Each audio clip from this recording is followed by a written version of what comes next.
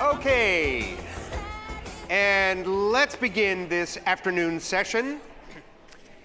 The title of this session, building on the focus on funding, topic of this session is being Black and holding the purse strings, the history and current state of philanthropy. Our main presenter will be Faye Nelson, and let me first invite our two responders, Freya Harris, the program officer from the Fisher Foundation, and Shaun Wilson, Vice President, Director of Client and Community Relations for the PNC Financial Services Group. Come on out. Yes, thank you. And by the way, those of you who are following in your programs, you have bios for all of our different speakers, except for Freya. She is a new arrival since the booklet got printed, so she's going to live up here as a complete mystery to you for this period of time. And let me do a grossly inadequate introduction of Faye Nelson, who is the Vice President of Public Affairs and President of the DTE Energy Foundation for DTE Energy, a Detroit-based diversified energy company involved in the development and management of energy-related businesses and services nationwide. She is responsible for DTE's corporate citizenship program, which includes economic development initiatives throughout the DTE service area. She also leads all activities of the DTE Energy Foundation, a separate philanthropic organization funded by DTE Energy. She is the recipient of numerous awards, including being one of Metro Detroit's most influential women. Faye Nelson.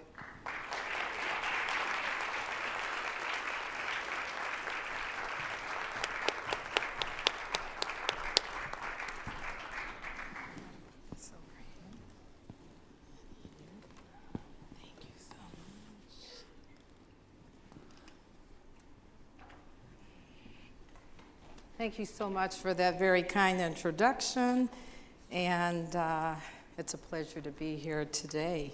It's certainly a pleasure to be here today to share with you my thoughts on philanthropy and addressing the topic of today, which is holding the purse strings as a person of color in a funding position of leadership.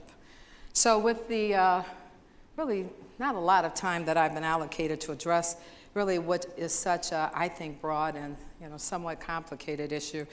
Let me use my time to provide you, as I've been asked, with a brief background information about myself and how my experience has shaped my thinking about this topic, with the hope that my comments will facilitate thought and discussion. So, to begin with, I've been affiliated, as you've heard, with DTE for just 1 year. You didn't hear that, so for a year now as Vice President of Public Affairs for DTE Energy, and then as President of the DTE Energy Foundations. Now, as you heard, my responsibilities include the leadership of all of our corporate citizenship activities, which is really extremely exciting because we're crafting a lot of wonderful new initiatives that I'm very pleased to be part of, as well as leading and economic development, as well as being the president of the DTE Energy Foundation, which is leading all aspects of the foundation giving.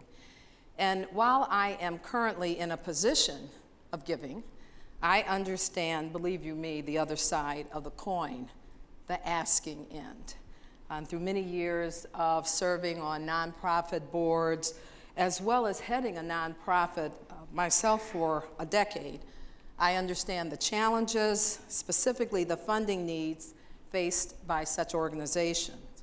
So by way of brief background, prior to my joining DTE, I served as the president and the CEO of the nonprofit organization, the Detroit Riverfront Conservancy. And through a public-private partnership, the organization was charged with overseeing the revitalization, let me see how I'm going to do this, of the Detroit Riverfront, with the goal of the public's accessibility. And if you are from Detroit or know anything about the city, you would know that really just 10 short years ago, or really less than that, this is what our riverfront looked like. This is what our waterfront looked like. So the goal was to really connect the community to the waterfront, and as importantly, to serve as an anchor and a catalyst of economic development. The project included the vision of developing 5.5 miles of public space. The Conservancy's responsibilities also included the perpetual stewardship of this public space, and give you a little bit of idea of some of the other photos of what it looked like. But we were also responsible for raising all of the funds to support all aspects of the project, so including the construction costs, which we were responsible for overseeing, in addition to the stewardship, the maintenance, and establishing an endowment to support the project going forward. Such a grand plan doesn't come cheap. The price tag, $140 million for the first 3.5 miles of this 5.5 mile project. And while progress is impossible without change, there was great change. So then the question is, how did we do it?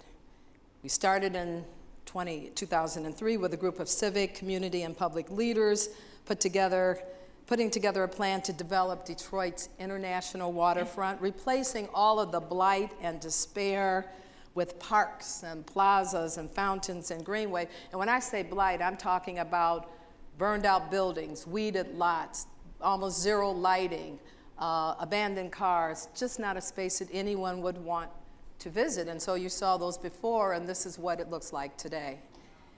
Yeah.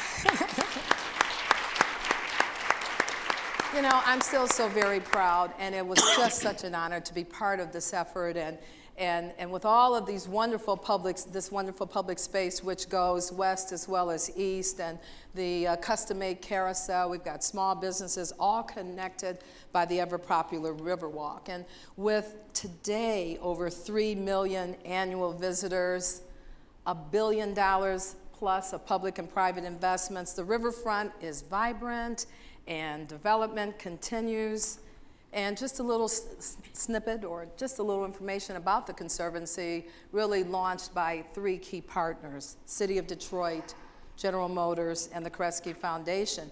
And what was interesting is that Kresge grant was one of its largest ever to launch a single project, $50 million, which served as the economic catalyst to launch the Conservancy's efforts. And without their support, as well as support from the City of Detroit that provided millions of dollars in federal funding, and companies like General Motors that provided $25 million plus of cash and in-kind support, it was very hard to imagine the riverfront development as a reality. These dollars and this level of support helped attract additional significant funding from the foundation community, the corporate community, as well as corporations and the community at large. And now that I am on the other side, I have an even deeper appreciation of how foundations in particular pick and choose what worthy efforts to support. So at the time I left the Conservancy, we had raised close to $130 million, with a significant percentage of that funding coming from the foundation community. But you know, it's more than just that dollar figure. It is about the impact we were able to make with the funding for the quality of life for everyone in the region. And so now I am at DTE and I hold the purse strings. And I keep saying, oh my goodness, imagine that. And it gives you some more pictures of the waterfront. So just a little bit about DTE. Last year we made over $17 million worth of grants, with one grant being, which was our largest single grant, and that was $5 million, and that went towards the Grand Bargain that supported our Detroit pensioners and saved our prized art collection at the Detroit Institute of Arts. Thank you. I appreciate that. Our awareness of the community needs and our aspiration, which is our force for growth and prosperities in the communities where we live and serve, really guides our giving and really helps us focus on what's most important. But you know, as I've thought about this topic, I really reflect on a couple of things. That being part of a community means being aware of the diverse fabric of the community and the importance of all of its citizens. And with such an opportunity and ability to give, I go then back to this topic today, which is, what is the relevance of being Black and overseeing this decision-making process? It was Dr. Martin Luther King who said, philanthropy is commendable, but it must not cause the philanthropist to overlook the circumstances of economic injustice which makes philanthropy necessary. And cities like Detroit, where the need is so great, that philosophy still very much rings true.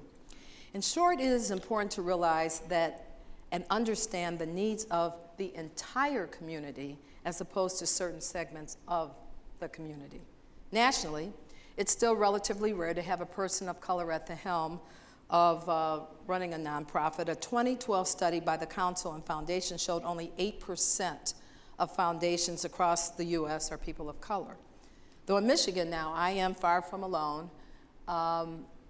We've got a number of dynamic African Americans that are heading foundations, and I have to correct this slide because the Ford Foundation, which has a wonderful presence here in Detroit, actually is based in New York, but it is headed by a dynamic African American. But we've got Skillman and Kellogg and, of course, DTE Energy and GM Foundation, as well as others.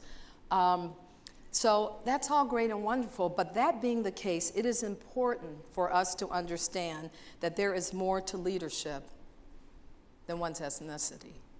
It is having the awareness of the importance of contributing to the quality of life of everyone and not choosing winners and losers based on superficialities such as race or economic status or religion. In other words, making a value judgment that everyone is a constituent. It is making sure that the economically disadvantaged or members of various religious affiliations or other segments of our population enjoy the same opportunity to experience the benefit of the facility or its programs like everyone else. It is about the respect and appreciation of all people, wherever they are, values that should be encouraged and subsidized, with an affirmative responsibility to remove those barriers that exclude access and enjoyment. You know, life as an African American, you are typically viewed as and dealt as the other, when all we ever have wanted is to be treated like everyone else. As a consequence, one would hope that in a foundation leadership position, a person of color would especially be sensitive to understanding that no one should be prejudged based on the superficial distinctions and life circumstances or conditions, that it is about diversity of thought and inclusivity, respect, and knowing that everyone is important, and it is important that your programs and policies reflect the same. So being Black and heading a foundation is certainly relevant in having all members of the community represented in a leadership capacity. But that being said, what is, in my opinion, most relevant is having the leadership in place that understands and accepts responsibility for serving all of their constituents without favor as part of its mission and DNA. So I'm going to go backwards a bit, and I want to go back to my favorite picture of the waterfront. Well, that's kind of cool. I think that's what I would think is my Wizard of Oz shot, you know? That's pretty cool, right? So when I return to the riverfront and I reflect on the importance of that project and its impact on all of the citizens and its constituents, the things that we sought funding for was illustrative of what this talk is about today. What was in the best interest of a community, not exclusive but inclusive, that reflected the diversity of people, thought, interests, needs, aspirations, opportunities, challenges, and pride. Clearly an example of the collaborative effort of leadership and philanthropy that got it. Understanding the importance of connecting to all of the community, And so as I close with my comments, I found a fun and I think really relevant comment from Ricky Martin. But you know, when I think about, and I thought about today and this wonderful organization, and I think about the essence of music and all of the magic and value that it brings, like I said, I thought this Ricky Martin quote was pretty cool, which is, "I am convinced that music, like philanthropy, bridges hope." So you know, it's rare that one finds herself or himself in a position to drive this type of change. And I really take this position very seriously, and it's certainly quite an honor to be one of the difference makers. So I say to all of us, let's not waste this opportunity. Thank you very much.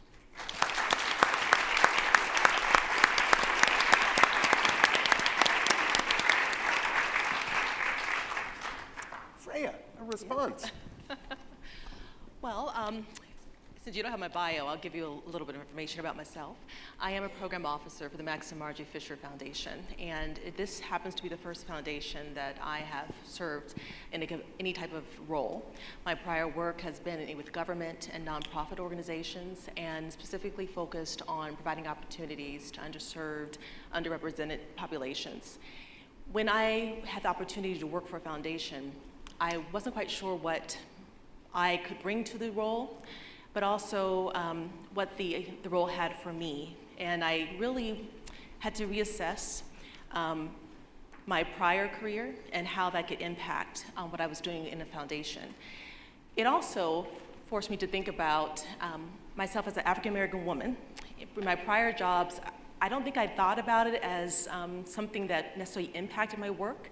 At a foundation that works in a community that's primarily African American, but is an organization that I think I am the only African American staff person presently. I realized that I had somewhat of an obligation to make sure that I brought the other side, the other perspective, because when you come into a foundation, there are already existing priorities, there's already assumptions of how things should be. But there's also a strong desire to impact and make change. So it wasn't as easy or as comfortable as I thought it would be. And so I started thinking, what could I do in this new role that I could address equity issues and bring a new perspective to an organization that had been doing great work for some time. And my focus area is actually the arts and culture. I sought after that because of my own personal passion with the arts.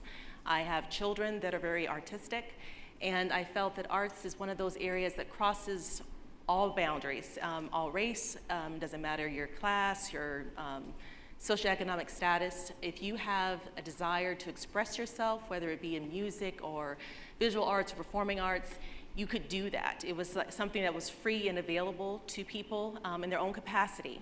And I wanted to figure out ways to bring those opportunities to those that maybe didn't realize they had it within themselves.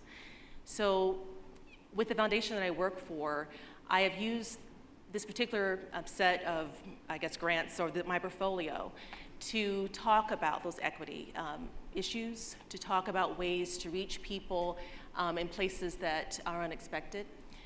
The foundation I work for also, of course, we do a lot of the anchor institution work, but of course my personal passions go to those smaller organizations that go to places where others will not, or have access to people that some of the larger organizations do not.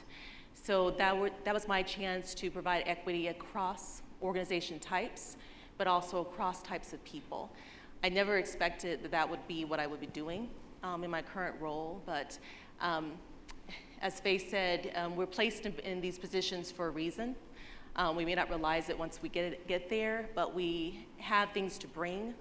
And so we should look for those opportunities regardless of our race, but if our perspective, particularly mine as African American woman, can help to foster or bridge gaps, I try my best to do that. Thank you. Shaun. Yeah, I just want to first point out some really key partners from the bank. I see Dr. Glenda Price from the DPS Foundation sitting here, and my good friend Ken Fisher with the UMS, and obviously Alpha and Aaron in the back. And I want to point those out because they are strong partners to the bank. Excuse me, I'm getting over a cold if I'm a little hoarse.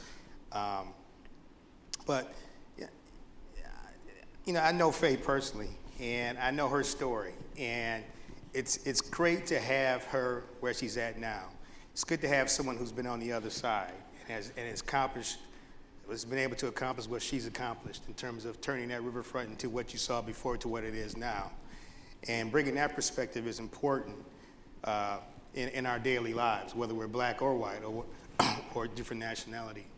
I would add that one of the advantages, if there are any, to being an African American in this role is being able to feel the impact of our grants and our support for the community. PNC by design focuses on low to moderate income communities. By chance, most of those are minority. In Detroit, most of those are African American. Most of the grants that PNC provides in the community, I feel, whether it's in the community when I lived in Detroit, whether it's a cousin of mine, whether it's a niece of mine, whether it's a friend of a friend's of mine who happens to be enrolled in the Grow Up Great program at Detroit Public Schools. But we get constant feedback. I get constant feedback from family members and friends who are impacted by our grants on an everyday basis. So I will say that one sort of differentiator may be the fact that personally, by proximity to family members, to friends, and just the connection to the community, I feel the strength and the impact of what we're doing in the community. And I think that may be a question too. I don't know if you experience it or you experience it, but I know what we're doing in the community because I am a part of the community. That may not be a fact of me being African American, but that's what I experienced in this seat. You know, what I found is that the uniqueness of, again, as I mentioned, I've been on the other side, right? And so I've dealt with PNC, I've dealt with all of the foundations, and what has always impressed me is the understanding of the community. Really, it's not just about writing the checks. Writing the checks are wonderful and it's great, but what I have experienced is that sense of wanting to really become more engaged and connected in the fiber of the community and really focusing on the sustainability as well. Yeah. And so I've been so impressed with the foundations here in Michigan, with the leadership and with them really understanding, as I mentioned, with them getting it, that at the end of the day, it's not about being exclusive. It really is about being inclusive. Exactly. And really working as hard as possible to continue to take it, being the giving and the outreach to the next level. Exactly. So it's just been terrific. Absolutely. Let me ask a question, because you describe eloquently the kind of rich advantages of that empathetic connection with the communities that receive the grants. Do you find it affects the hard area of choice making and setting up structures in which decisions are made? Does this kind of particular affinity for an empathetic connection to the communities that are going to receive it, does that affect the hard choice making processes in some way? I feel for me personally, as a program officer, my main part of my job is learning what the community wants and what they feel is important and bringing it back to our board. And I feel a strong responsibility of articulating that with their voice. I think the fact that I grew up in a community similar to the one that we serve also helps me to use their voice. It is partially my voice as well. Mm-hmm. So things isn't very much not about numbers or always if everything's going to balance out, but who's going to be impacted in what way, and being able to tell a richer story than just what the results will be at the end of the day. So I feel it actually has, I think, made it easier for me in many respects to share that back in a way that resonates with our board, but does not leave behind what I heard on the streets. At PNC, most of the grants that come in are decisioned by a committee, and that committee consists of Regional President Rick DeVore, our head of our corporate bank, head of our commercial bank, retail bank, small business, wealth, et cetera. And that request has to be championed by either one of them. So it's upon the champion to do the math and defend the merits of this particular grant request to be funded by that committee. And in that defense of it, you have the numbers, the impact, the reach, the amount of kids or communities affected within that presentation. So I think we have a very fair process of sort of weeding out some of the ones that don't quote unquote, I don't want to say measure up, but are not ones that we would typically do, but it's upon the champion of that particular request to really tout the benefits of doing this and the impact in the community. No, I mean, so the personal relationship, your empathetic connection to specific groups and specific neighborhood projects, subtly or not so subtly, manifests in your advocating for those programs, which really bespeaks a kind of relationship building necessity. Just for everybody's thinking, because you probably can't have this many lunches with people for them to get to know you and share with, how do you navigate the kind of personal relationship of so many groups that would love to be supported by you and letting them get your heart excited about what they do? How do you manage that kind of personal relationship? So let me just say that first and foremost, I never realized how tough it is to be on the giving side, because there are so many wonderful projects and initiatives that are just so compellingly make the case for funding from DTE. But what we are beginning to focus on in a lot more aggressive way is connecting our funding to our core priorities. So that's sort of the first cut, and that helps a lot in terms of whether or not the funding request in question really is aligned with our core priorities. So we begin from that perspective. We also look at certain elements, the reputation of the nonprofit, its ability from a management standpoint in order to be able to generate outcomes. Working at an electric company, it's a very metrics-driven, outcomes-driven environment, so those are always important as well. But you really have to through yourself and through my colleagues, through our board, we begin to look at connecting with those organizations that we have a relationship with, though also keeping always the door open for developing new relationships as well. So it's, we are in the process of really, I would say, refocusing or recalibrating, if you will, our foundation and our efforts with regard to our giving to look at, to ensure rather that the gifts or the grants that we make are meaningful. They connect to the priorities of the communities where we live and serve, and where we're throughout the state of Michigan as well as outside of Michigan. But as importantly, through our foundation or maybe in partnership with others, that there is that element of sustainability, not only as far as the impact of our grant, but we're also looking for the sustainability of the organization in question. So that just gives you a bit more background as far as DTE and the foundation. And so it's really through not just my leadership, but my board, and through partnerships with my colleagues, both within DTE and externally.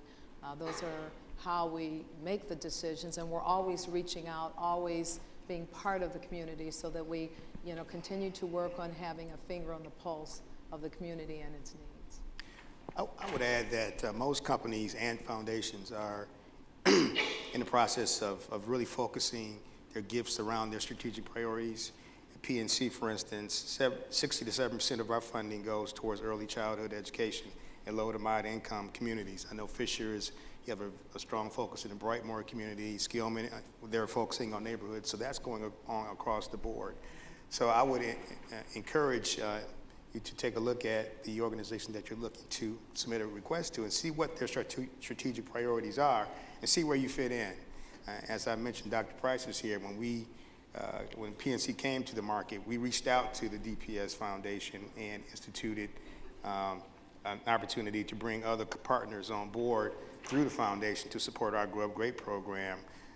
Ken Fisher, our good friend, is really key for us in the Ann Arbor community, reaching out to the arts community. So, finding partners that connect to our strategic priorities are always something that we're always looking to do.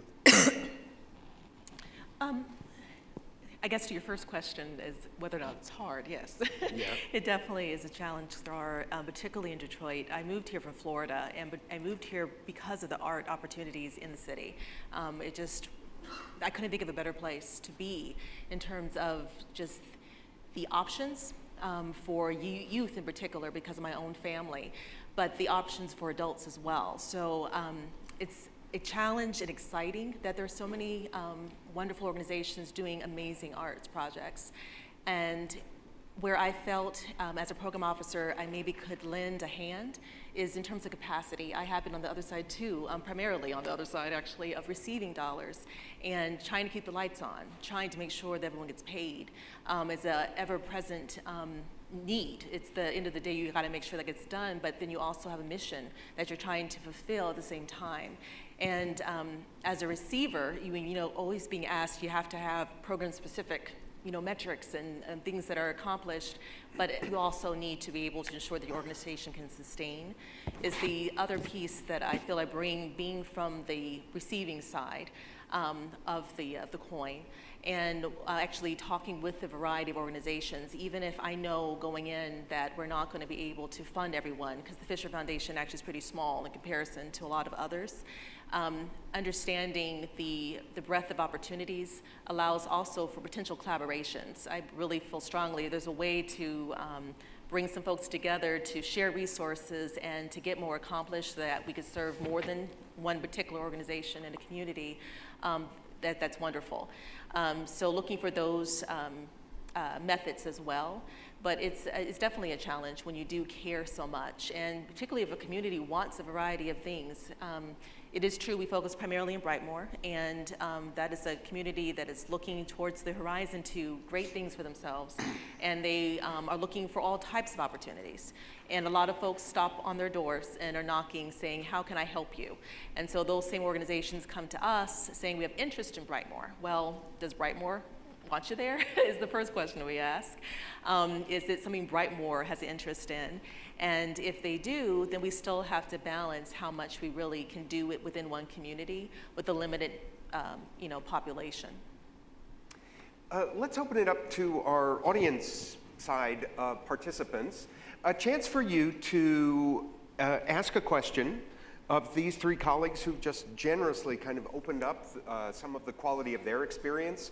I know I'm haunted by that early statement of Freya's, her feeling the need to, the responsibility to bring the other perspective to this work. Maybe you have a question about that. Remember our previous panel where there was that issue of the tension between funding the large organizations and the small organizations. How do funders, how do they feel about managing that dynamic in funding decisions? Do we have some questions for this group? Yes, in the corner, and then coming up just short of the corner. Yes. If you'd hang on for the microphone. Hello? So everyone can hear me now? Yep. Okay, my name's Victoria Bell, and my small company is Right Brain Connections. I do a lot of educational and arts-focused projects in the city. My question is, if there's a new, if you're a new graduate and you want to get into arts administration, you want to get into the philanthropic foundation industry, how do you go about doing that when you have no real connections to people that look like yourself or from the same demographic background? How do you get into that particular industry? You can volunteer all you want, but until you make certain relationships stick, how are you recognized to get a career in that industry? Well, I could speak to that. Please. Like I said, this is the first foundation I ever worked for. Had no intention of working for a foundation, to be honest. It wasn't on my radar. And so it was really my background in having worked with government, having worked for 4 nonprofits, actually where I was the AD of a nonprofit in Florida. So what they were looking for on their staff was someone who had that real experience, who could bring a different perspective. They weren't looking for the African American perspective, they're looking for a perspective of the grantee or the grant partner, and understanding, having someone who could relate to government, someone who understood what it was like to be a nonprofit, and so that I could share that point of view with them as they made decisions, because they didn't have that in the mix, and so I was fortunate that they were looking for someone to bring that additional skill set and point of view. So you don't have to necessarily, I didn't even know anyone really in Detroit Foundations. Like I said, I was new to moving here. And so it was my past experiences and being able to, I guess, sell what that meant to working for a foundation. You don't have to have given money before. I have, but that wasn't a criteria. It was that they needed also someone who understood evaluation and metrics and all of that, those sorts of things too. That was highly important to them. But particularly for the Fisher Foundation, they really want to work with communities, and so they need to be able to relate, and they felt that I could help them to bridge those gaps and to kind of close some of the degrees of separation that they may have existed. Freya Harris. Yeah, give me a call. Others? Yeah? No, I agree. I mean, I think those are excellent points. I know that there are certain universities that provide coursework in development, in philanthropy. And I would also think that also having a good, solid business background will be helpful as well. Because whether you're heading a foundation or part of a foundation team, it's really important to be able to have had some business experience with regard to this particular area. So I think that the comments that were made, coupled with exploring, and again in terms of enhancing your skill set, the education route, as well as having the just broad-based business experience will be attractive factors as well. Great. We had a question just in this area. Hi, I'm Daniel Washington. I actually work at the University of Michigan, but my question is more about being on both sides, now that you've been on both sides of the coin, what would you say is the best way to get, other than going to the core mission of the foundation to which you're applying, what's the best way to articulate your argument so that a foundation will buy into it? Being part of that regeneration of the riverfront, you had something to articulate. Now that you're giving out the dollars, how do people articulate to you in a way that allows you to buy into it? Because I think that there are so many organizations that, in our changing demographic and our changing society right now, so many organizations worry about and wonder about how to make the argument that helps them to stick out. Well, that's a great question. I think that the best argument certainly to present is, first and foremost, it's very important to understand the foundation's priorities. I mean, that's huge, because if you've got if we're reviewing a grant and it's just totally not where the company is aligned, that's just that's just not the grant that we would consider funding.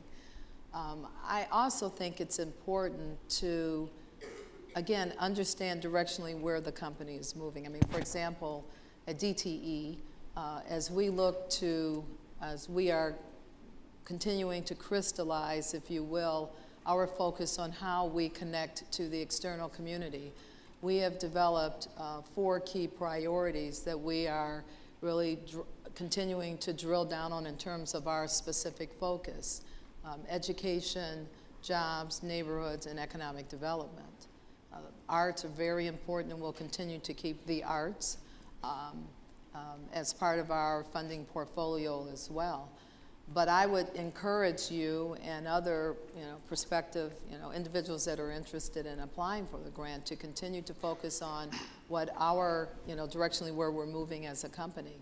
And you will, if you go online, There's a lot of information that one can glean just from our foundation page, which, by the way, is currently being reconstructed now to reflect these priorities. So, for example, let's talk about education. Well, education is a huge, ginormous field, but we're very focused on, our focus is going to be not only statewide, but locally, our focus is on career and technical training. So those programs that really support the field of career and technical training, not only from an education perspective, but from a jobs perspective, is something that would be very attractive for us to consider. So, as we, engineering is another area. Engineering, particularly as we look at how do we continue to diversify our own engineering team within DTE and also outside of DTE. More women, more people of color, and programs that support those initiatives. So I really think that there's a lot of information that you're able to, identify, or information you're able to obtain if you do your homework right. Flip side of the coin, when I was developing the waterfront, it was clear to me that there were just some foundations that were just not interested. It's like, look, our focus is on education. Our focus is on children. We love you, and that's great. And sometimes they would give you what I would call go-away money, say that. But, you get a nice little polite grant, and that's it.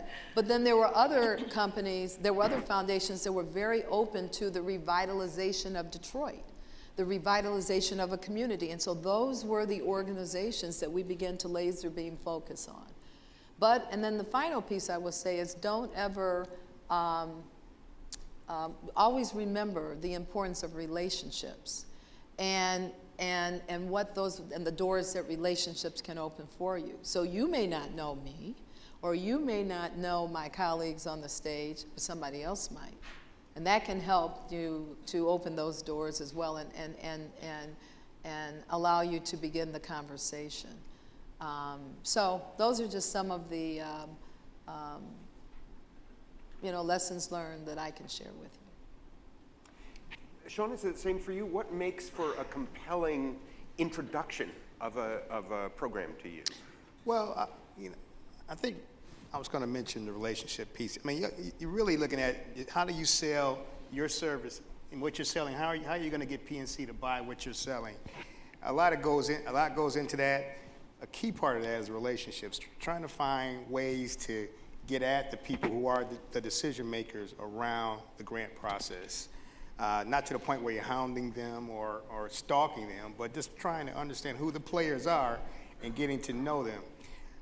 The other thing I might add is that what we see a lot is that folks aren't doing their homework. We require a lot of information to provide a grant at PNC. It's almost like applying for a mortgage at PNC. I mean, it's online, and there's a lot of documentation that's required to get a grant from PNC. And we find organizations are frustrated because they're missing one or two documents. But guess what? I mean, PNC is a bank. The bank needs documentation. They're looking at this like a mortgage, and they need all the documentation to make an educated decision about whether or not to fund this organization. So I would say relationships are key, just understanding who the decision makers are and trying to find ways to build relationships around those decision makers. And then two, just understanding the process to get grants funded, understanding the documentation needed. You need a board of directors, you need up-to-date financials, you need a full budget, you need a fully developed plan with sustainability included. All that's going to be required to get a grant from PNC funded. Other questions? Hand right here.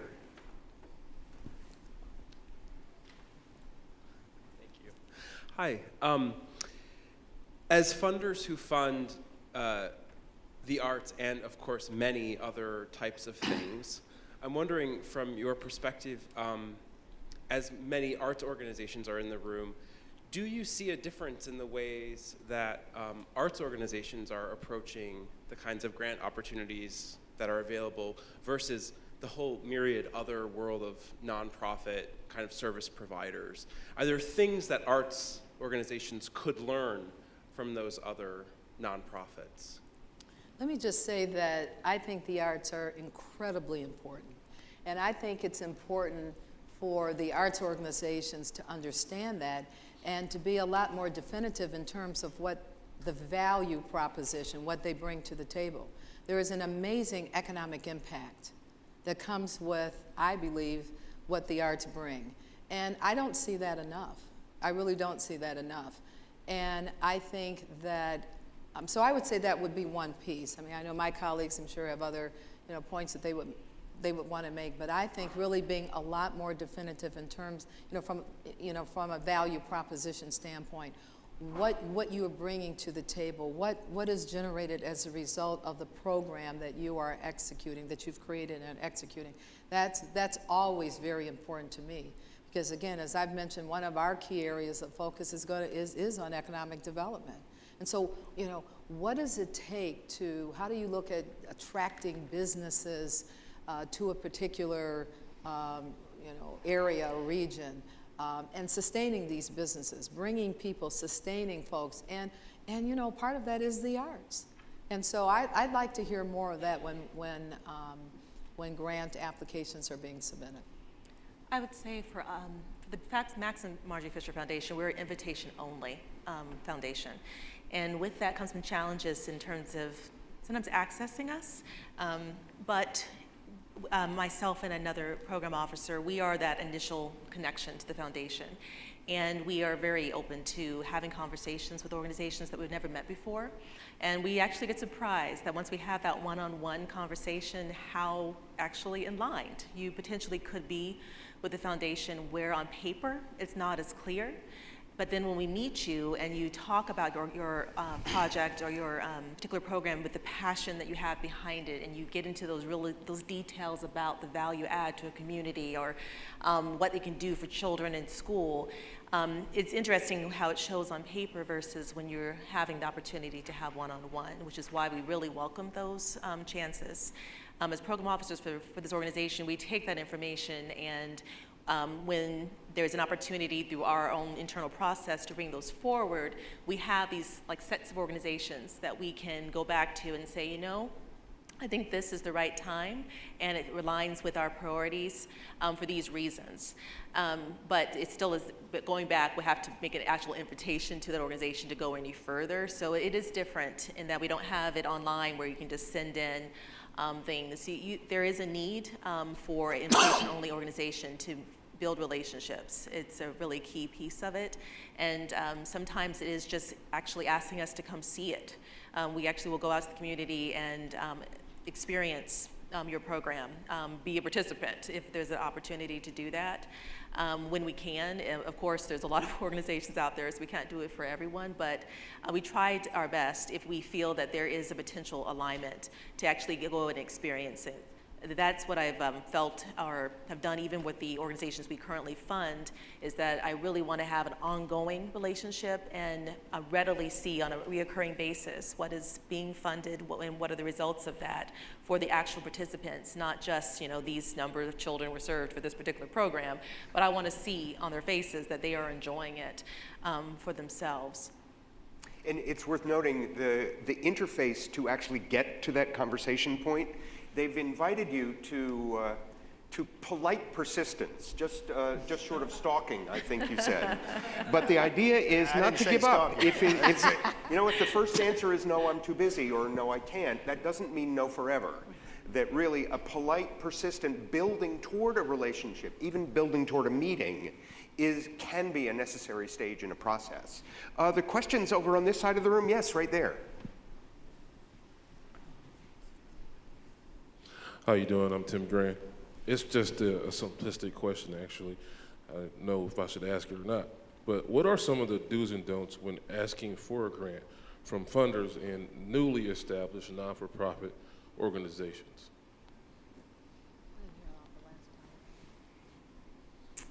Wow. Well, I'll just be candid. It's tough from our perspective, because typically there has to be from a financial standpoint, a track record of financial performance, and that's one of the first things that we take a look at when we're looking at organizations. But once again, going back to relationships, if you've got the adequate funding, you've got the backing and the initiative is strong enough for us to take a look at, we might make an exception. But we've got to get to know you and your initiative enough to be able to make that call.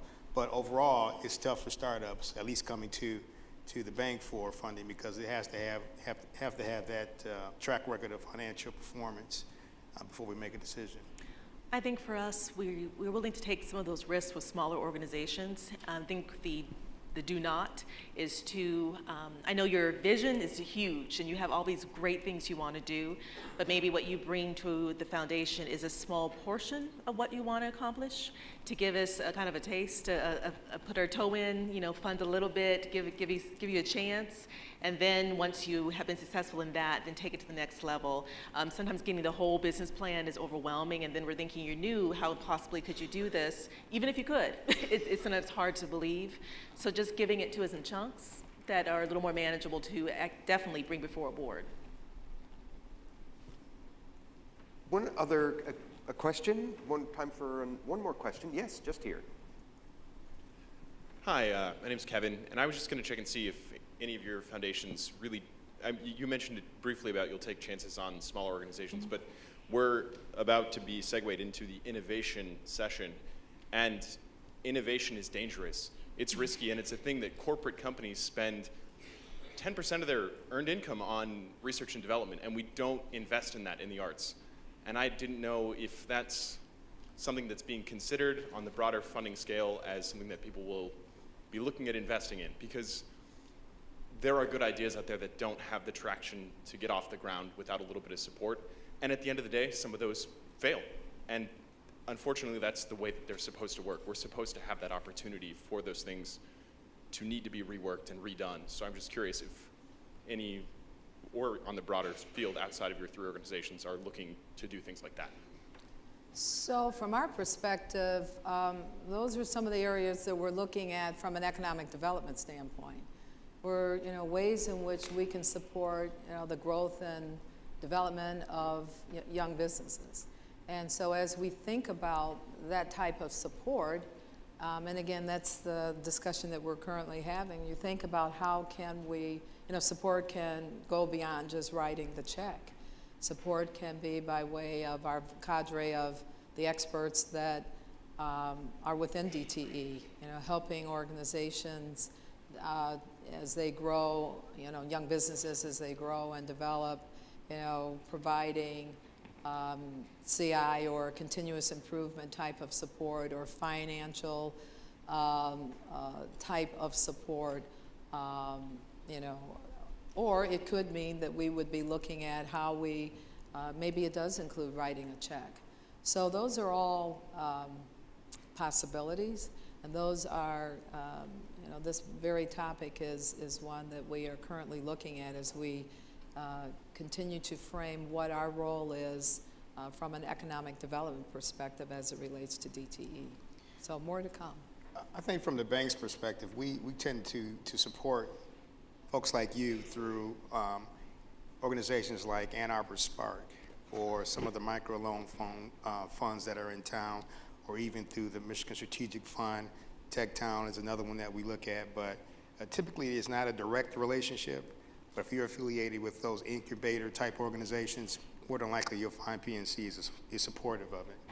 I would agree with Shaun as well. And we're out of time. So thank you to our three guests. Thank you for your wisdom.